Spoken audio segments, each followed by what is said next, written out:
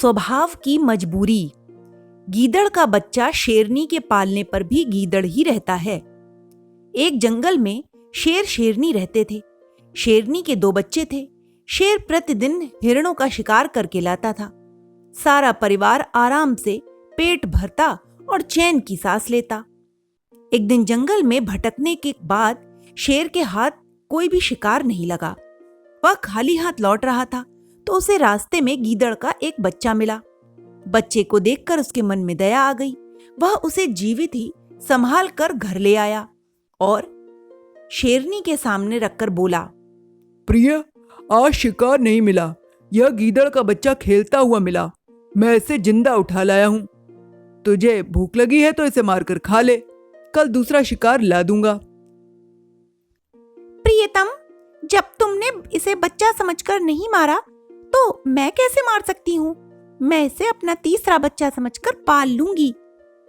शेर शेरनी अपने तीनों बच्चों के साथ सुखपूर्वक रहने लगे। गीदड़ का बच्चा शेरनी का दूध पीकर हृष्ट पुष्ट हो गया। एक दिन एक मतवाला हाथी उस जंगल में आ गया। उसे देखकर शेर के दोनों बच्चे हाथी पर गुर्रा कर उसकी ओर लपके।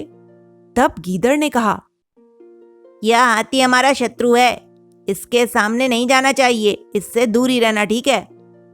यह कहकर वह घर की ओर भाग गया। शेर के बच्चे भी निरुत्साहित होकर घर लौट आए।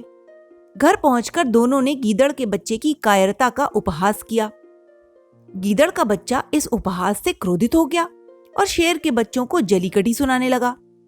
शेरनी तब उसे एकांत में ले जाकर बोली, इतना गुस्सा करना ठीक नहीं है। वे तेरे छोटे भाई हैं। उनकी बात टाल देना ही बेहतर है।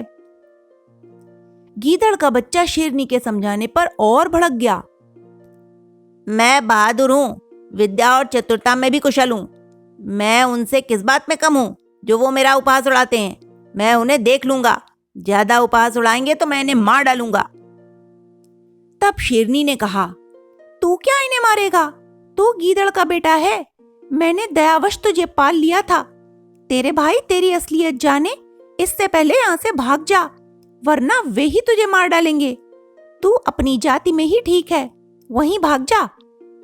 गीदड़ का बच्चा शेरनी की बात सुनकर तुरंत भाग गया और अपनी जाति वालों के साथ रहने लगा।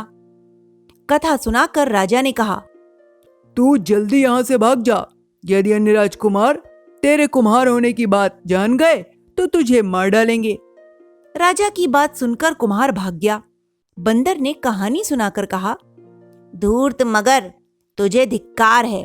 तूने स्त्री के कहने पर मेरे साथ विश्वासघात किया। स्त्रियों का विश्वास नहीं करना चाहिए। वो क्यों? मगरमच्छ बोला। तब बंदर ने कहा, सुनो, मैं तुम्हें एक कहानी सुनाता हूँ।